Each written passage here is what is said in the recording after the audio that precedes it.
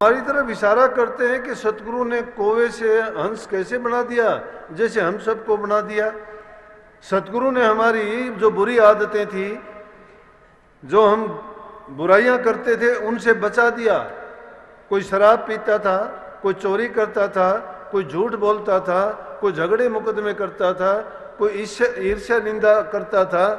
आपस के अंदर हम इन चीजों को अपना के कितने बुरे बने बैठे थे। ये वृत्तियां किसकी थी? ये काग वृत्तियां हैं। तो सतगुरु ने क्या किया कि उन काग वृत्तियों को छुटा के, ये गुण किसमें है? सतगुरु में है। और कोई ये काम नहीं कर सकता। सतगुरु ये काम कर सकता है कि वो गुरु दया करते हैं तो काग से हंस बना देते हैं, लेकिन बनने वाला भी चाहिए। जो आदमी खुद इस चीज के लिए प्रयास नहीं करता है, उसको दूसरा कौन बना देगा? अब कितने ही लोग आके मेरे पास कहते हैं, ये बहन आती हैं, उनके घर वाले कोई शराब पीता है, शराब पी के झगड़े मुकदमे होते हैं। एक बुरी चीज को अपनाने से तो बुरे काम होंगे। आदमी को भी ले आते हैं, वो कहता है ये शराब पीता है। मैं कहता हूं भाई छोड़ तू। बोला जी छूटती नहीं है, अपनाई तूने है। जिसने खुद ने अपनाई है, खुद ने पकड़ी है, उसको छोड़ भी खुद सकता है। दूसरे की ताकत नहीं है कि उसको छुटवा दे।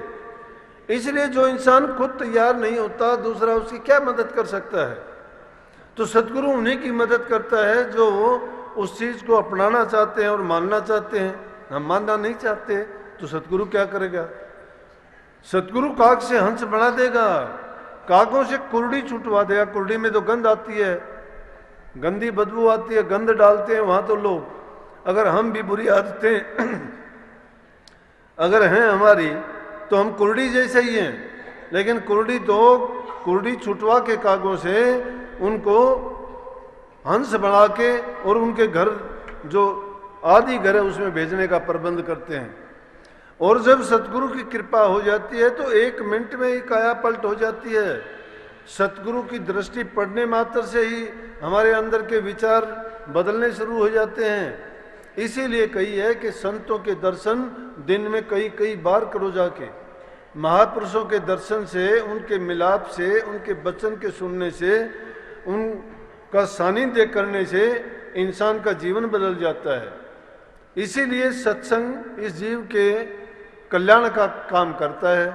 जो जीव सत्संग को अपना लेते हैं तो बुराइयां धीरे धीरे करके छूटती चली जाती हैं, अच्छाइयां उसके जीवन में अपने आप आती चली जाती हैं। लेकिन प्रयास तो हमारी तरफ से ही होगा कि जब हम ये करना चाहेंगे तो सतगुरु, क्योंकि वो त्रिकालदर्शी हैं, अगम के भेदी हैं, संत, वो सत्य पुरुष का संदेश लेके आए हैं, तो उनका तो काम यही है कि उस जीवों को इस सच्चाई के बारे में बताएं। जीव तो अज्ञान में बहा जा रहा है, इसको नहीं पता कि हम कौन थे, क्यों थे, कितने जन्म लिए, आगे क्या होगा, कुछ नहीं होगा। हम तो सिर्फ इसी जीवन को सब कुछ मान लेते हैं। हम सोचते हैं कि अभी खाओ पियो ऐश करो, हमारा भाग्य है, हमारा कर्म है, हमारे नसीब के कारण ऐसा हो रहा है। लेकिन आज जो करता है उसका परिणाम कब मिलेगा? प्रारब्ध कर्म इंसान का होता है। प्रारब्ध का मतलब पूर्व जन्म में जो करके आया है, जो पहले कर्म किए उसके परिणाम से तो आज जो कुछ हो आप। लेकिन आज अगर कोई पुरुषार्थ नहीं करोगे, नेक काम नहीं करोगे, भलाई नहीं करोगे, या भक्ति के रास्ते पर चल के अपने जीवन को नहीं सुधारोगे, तो आगे के लिए क्या बनेगा? आगे आप कुछ भी प्राप्त नहीं कर सकते, क्योंकि कर्म फल इंसान को मिलता है। आज अगर अच्छा करोगे तो कल को अच्छा मिलेगा, आज बुरा करते हो तो कल को बुरा ही बुरा मिलेगा। ये ठीक है कि थोड़े समय के लिए आपको थोड़ा सा, क्योंकि आपने वो काम किया है, बुराई का किया है, कैसे भी हेरा फेरी का किया है, चोरी छिपके किया है, उसका थोड़ा सुख मिलेगा। लेकिन वो कितने समय के लिए मिलेगा? थोड़े समय के लिए मिलेगा। नहीं तो उन लोगों के घर देखो, उनके जीवन देखो, जिन्होंने इस प्रकार से हेरा फेरी से, छीना झपटी से, चोरी से, कपट से, बिना मेहनत के जो कुछ किया है, तो उनको अपना भोग भोगना पड़ता है। थोड़े ही दिन में उनको वो बुराई प्रकट हो जाती है। इसलिए प्रेमियों, ये सत्संग हमारे जो अंतर में पर्दा पड़ा हुआ है ज्ञान पर, उसको उठा देता है। और जब ज्ञान प्रकट हो जाता है तो इंसान को ये साफ दिखाई देता है कि मेरा कर्म तो मुझे ही भोगना है। ये संबंध, ये रिश्ते, ये जितना भी दुनिया में फैलाव प्रसार हमने कर रखा है, जो ये मकड़ी का जाला हमने बुना है कि ये मेरा ये रिश्तेदार है, मेरा वो रिश्तेदार है, अगर ये हमारे हैं तो अंत टाइम में रोग के बीमारी की में तकलीफ में क्या कोई हमारा रोग बटा लेता है? क्या हमारा दुख कोई ले लेता है? नहीं ले सकता। जब दूसरा हमारा रोग ले नहीं सकता, दुख नहीं बटा सकता, हमारी जगह वो और काम नहीं कर सकता, तो फिर हम किसके लिए ऐसा करते हैं? इसलिए सबको अपना अपना कर्म जब भोगना होता है तो हम अपने कर्म को दूसरे के लिए क्यों बिगाड़ते हैं? तो नानक साहब ने इसीलिए कहा कि दुनिया में आए हो तो सच्चा सौदा करो। सच्चा सौदा कौन सा था? उनके पिताजी ने उनको लाख कोशिश करी समझाने की कि तुम दुनिया में दुनियादारी के काम कर। उनको खेती का काम सिखाया, नहीं किया। दुकानदारी करवाई, नहीं किया। क्यों? कि वो तो धुर से ही ये संदेश लेके आए थे सत्पुरुष का कि दुनिया के जीवों को जगाना था। उनको कुछ पैसे दे के व्यापार करने के लिए कहा कि सच्चा सौदा करके आओ। सच्चा सौदा का मतलब जो तुम्हें पूंजी दी है इससे कुछ कमा के और तुम इसका दुगना तिगना करके ले आओ, हम व्यापारी आदमी हैं। लेकिन नानक साहब जाते हैं, पैसे उनके पास हैं, जाके देखते हैं कि साधुओं को देखते हैं, उनको भोजन खिला के और भंडारा दे के वापिस आ जाते हैं। उनके पिताजी पूछते हैं कि क्या काम किया, क्या कमा के लेके आए, तुम्हें इतने पैसे दिए थे? कहने लगे आपने सच्चा सौदा करने के लिए कहा था, मैं सच्चा सौदा करके आया हूं। कहने लगे क्या सच्चा सौदा किया? कि जो पैसे थे मैंने उस साधुओं के भंडारे में लगा दिए। बोले अरे नालायक, तूने तो जो पूंजी थी उसको भी बर्बाद कर दिया। बोला नहीं पिताजी, मैंने पूंजी को बर्बाद नहीं किया। जो अब सत्य कर्म में लगाया है वही तो हमें मिलता है। बुरे कर्म में लगाया हुआ तो हम पाप के भागीदार बनेंगे, वही तो कर्म हमें परेशान और तंग करेगा। एक तरफ तो उसके पिताजी उसकी बुद्धि की तरफ देखते हैं, दूसरी तरफ देखते हैं कि किस काम में लगाना चाहता हूं और ये किस तरह की बात करता है। स्कूल में भेजते हैं, अध्यापक से नहीं पढ़ता। अध्यापक लिखने के लिए पट्टी देता है, कहता है कि ये तुम अक्षर याद करो। सब बच्चे याद करके लेके जाते हैं। नानक साहब कहते हैं मुझे याद नहीं हुआ। बोला क्यों याद नहीं हुआ? बोला क्या लिखूं? बोला कि तुम्हें जो शब्द दिए गए हैं, जो ये अक्षर बताए गए, ये लिखो। कहने लगे मास्टर जी मुझे वो अक्षर बताओ जो ना लिखने पढ़ने में नहीं आता।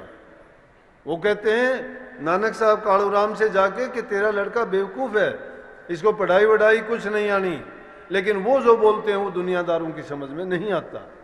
इसीलिए संतों की जो बात है वो आम संसारी लोग क्यों नहीं समझते कि अगर संतों का रास्ता पूरब को जाने के लिए बताता है तो दुनियादारों का रास्ता पश्चिम की ओर जाता है। इनको जब अच्छी और सच्ची बात बताई जाती है इनको यकीन नहीं आता।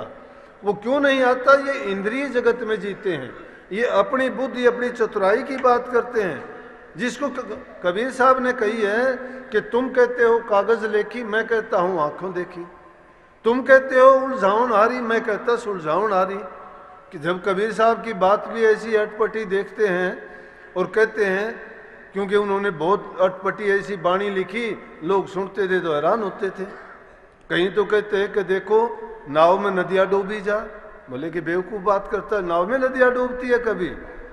लेकिन समझ में दुनियादारों के नहीं। बोले कि मैं तो सुलझाने वाली बात कहता हूँ, तुम उलझाने वाली कहते हो।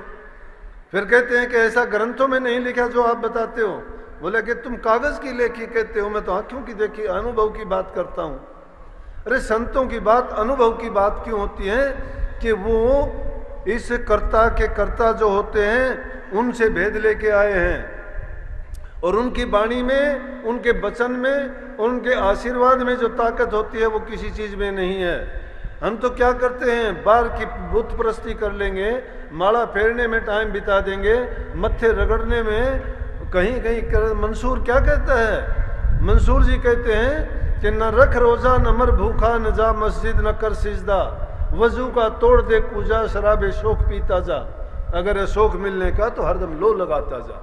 लो उसमें लगाते नहीं, मन की वृत्ति रुकी नहीं, बुराइयों की तरफ प्रवृत्त हैं, दुनियादारी में भटकते हुए इधर से उधर धक्के खाते हैं, कर्म की मार में पहले भी हम फंसे हुए हैं और उस कर्म पर कर्म और बढ़ाते थे। सच्चा सौदा की बजाय अब तो झूठा सौदा कर लेते हैं। झूठा सौदा कर लिया हमने। झूठा सौदा क्या किया कि संसार के जितने सौदे किए झूठे सौदे हैं।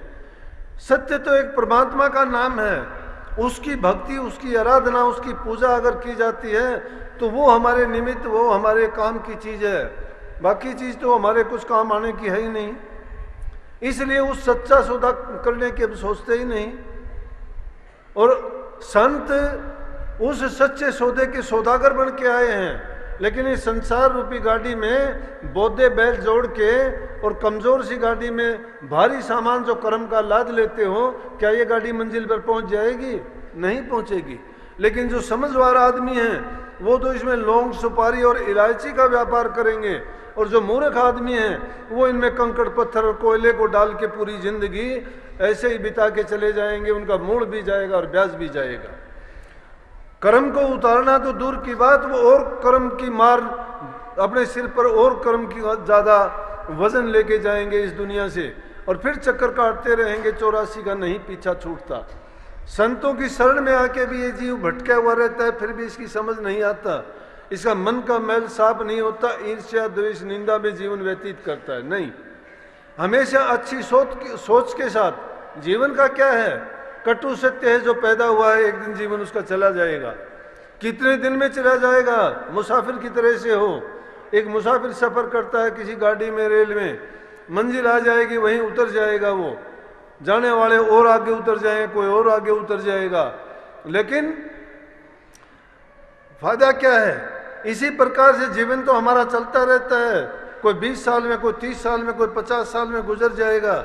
लेकिन चतुर उसको मानो जिन्होंने संतों की शरण लेके नाम की कमाई की है। वो भी नाम को अगर समझ भी हम जाते हैं तो उसको यूं समझो इसी जीवन में हमें पता लग जाता है। लेकिन भ्रम में पड़ के पाखंडियों के पास जाके जो लोग हमारे और ज्यादा भरमा देते हैं।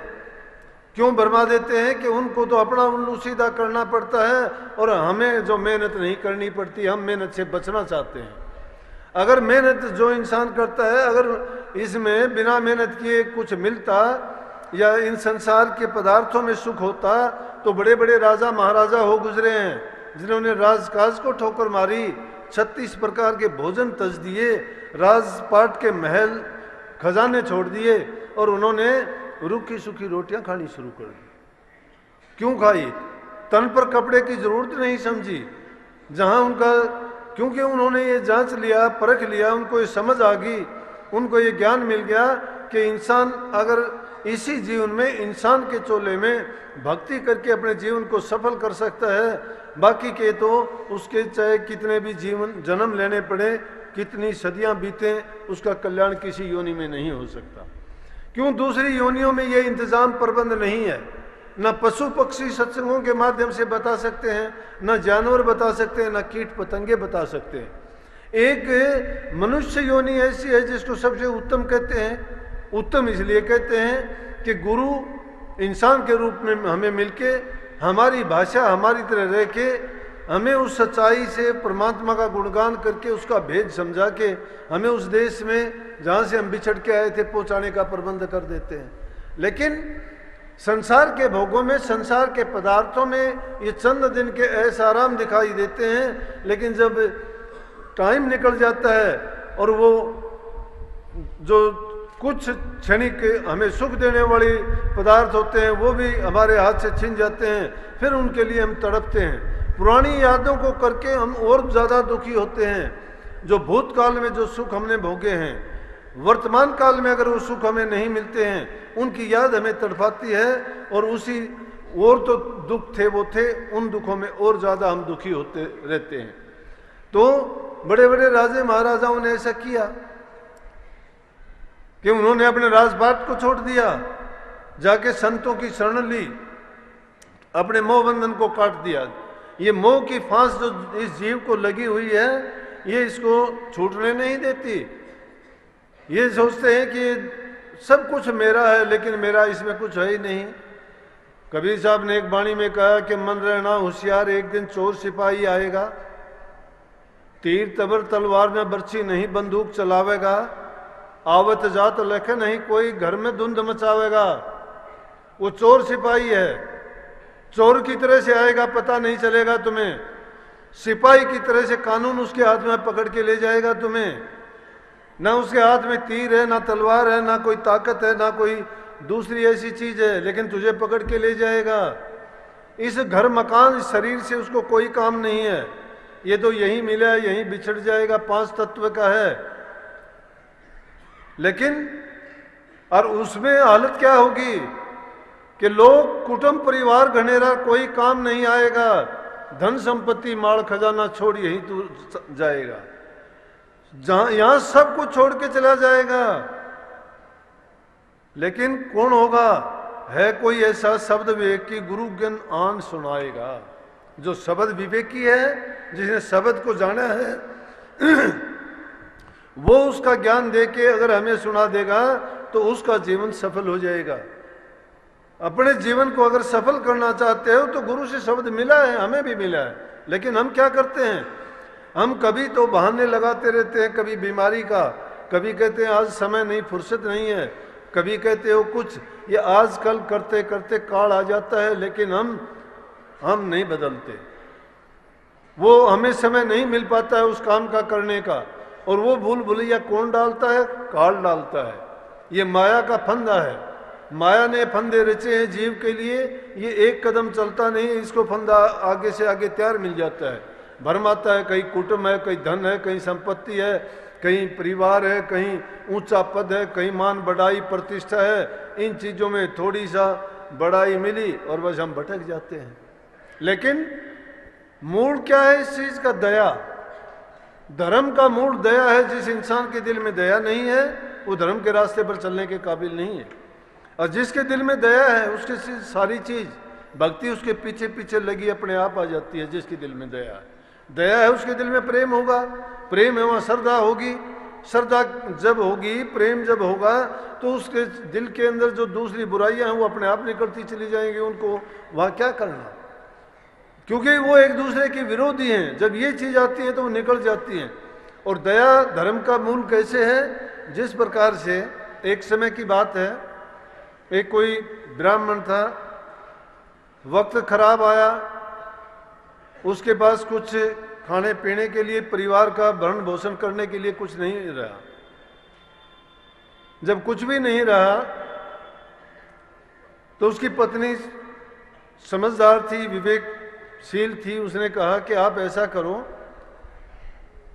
कि आपने यज्ञ किए हुए हैं, आप किसी धनवान आदमी के पास जाओ, किसी राजा के पास जाओ, किसी जोरी के पास जाओ, वो आपसे खरीद लेंगे। आप अपना यज्ञ दे आओ, 1, 2, 4 जितने भी, और अपना पेट भरने के लिए कुछ ना कुछ ले आओ। पैदल चलने के रास्ते थे। उसकी पत्नी ने उसके कुछ रोटियां बना के उनके साथ उनको दे दी। उसने सोच ली कि मैं और कौन कुछ दे सकता है, राजा के पास ही जाऊंगा। वो दूर पड़ता था, रोटियां उसके साथ बंधी हुई थी, साथ में लेके सोचता सोचता जा रहा था। काफी चलते चलते जब थक गया, विश्राम किया, भूख लगी थी, पानी को एक कुआं था पास, देख के सोचने लगा कि चलो मैं खाना खा लेता हूँ, यहाँ पानी भी है। लेकिन जब उसने खाना खाने के लिए एक पेड़ के नीचे बैठ के देखता है तो उस पेड़ में एक खोडर था, और खोडर में एक कुतिया ने बच्चे दे रखे, और उसके 8 बच्चे थे, और वो बच्चे उसका दूध पी रहे थे, और वो बेहोश पड़ी थी, क्योंकि उस जंगल में उसके पास खाने के लिए कुछ भी नहीं था। और उसकी ये हालत थी कि वो तो मरती, लेकिन उसके साथ बच्चे भी मर जाते।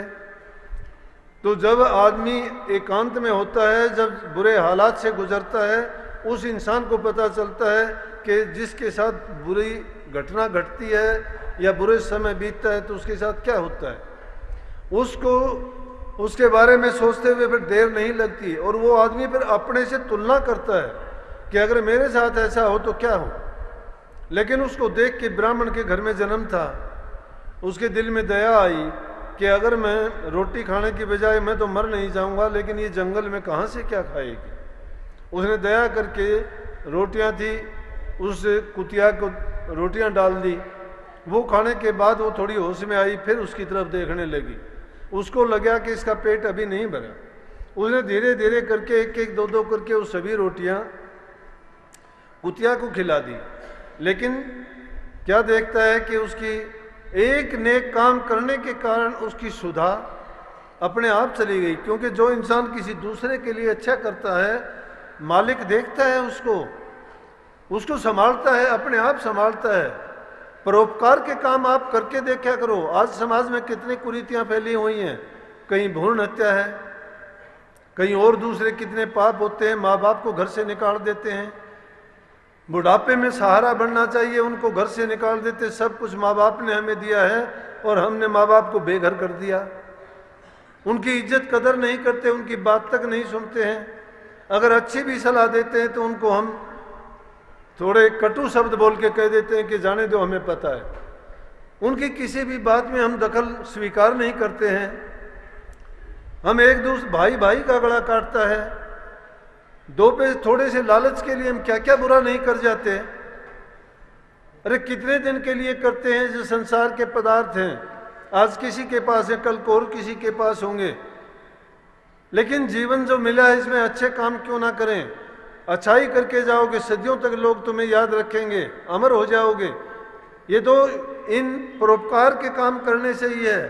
परमार्थ और परोपकार अगर करोगे तो भी तुम्हें और नहीं तो संसार में नामवरी मिलती है। लेकिन अगर बुरे काम करते हो, पाप का वजन सिर पे लेके जाओगे, दुनिया में बुराई होगी। जब भी कभी याद करे जाओगे तो भी नफरत की जाएगी। जैसे रावण जैसों की, हिरणाकुश जैसों की, आज तक कैकेयी जैसी माता की, चाहे वो कितने भी उन्होंने अच्छे या जैसे थे, लेकिन जब भी उनका नाम लिया जाता है तो उनकी बुराइयां याद आती हैं, क्योंकि उन्होंने बुराइयां की थी। तो हमें उन बुराइयों को छोड़ना चाहिए। जब उसने कुतिया को वो खिलाने के बाद में वो संतुष्ट होता, उसको इतनी आत्मिक शांति मिलती है। वो तो कहता है कि चाहे मैं भी गुजर जाऊं, चाहे पीछे से मेरा परिवार भी क्यों ना भूख से मर जाए, लेकिन आज मैंने नेक काम किया है। और उस नेकी का बदला क्या है कि वो फिर ऐसे ही चला गया, भूखा ही राजा के दरबार में पहुंचता है। राजा ने बुलाया और पूछा क्या बात है, कैसे आए ब्राह्मण देवता। कहने लगे जी मेरे पास कुछ यज्ञ हैं किए हुए और मैं चाहता हूं कुछ यज्ञ बेच दूं आपको, क्योंकि मुझे जरूरत है पैसे की, हालात मेरे अच्छे नहीं हैं। राजा ने ज्योतिषियों को बुलाया, सलाहकार थे, समझदार आदमियों को बुला के, पंडितों को बुला के कहने लगे कि देखो इस पंडित के कौन से यज्ञ अच्छे हैं, कौन सा यज्ञ लिया जाए।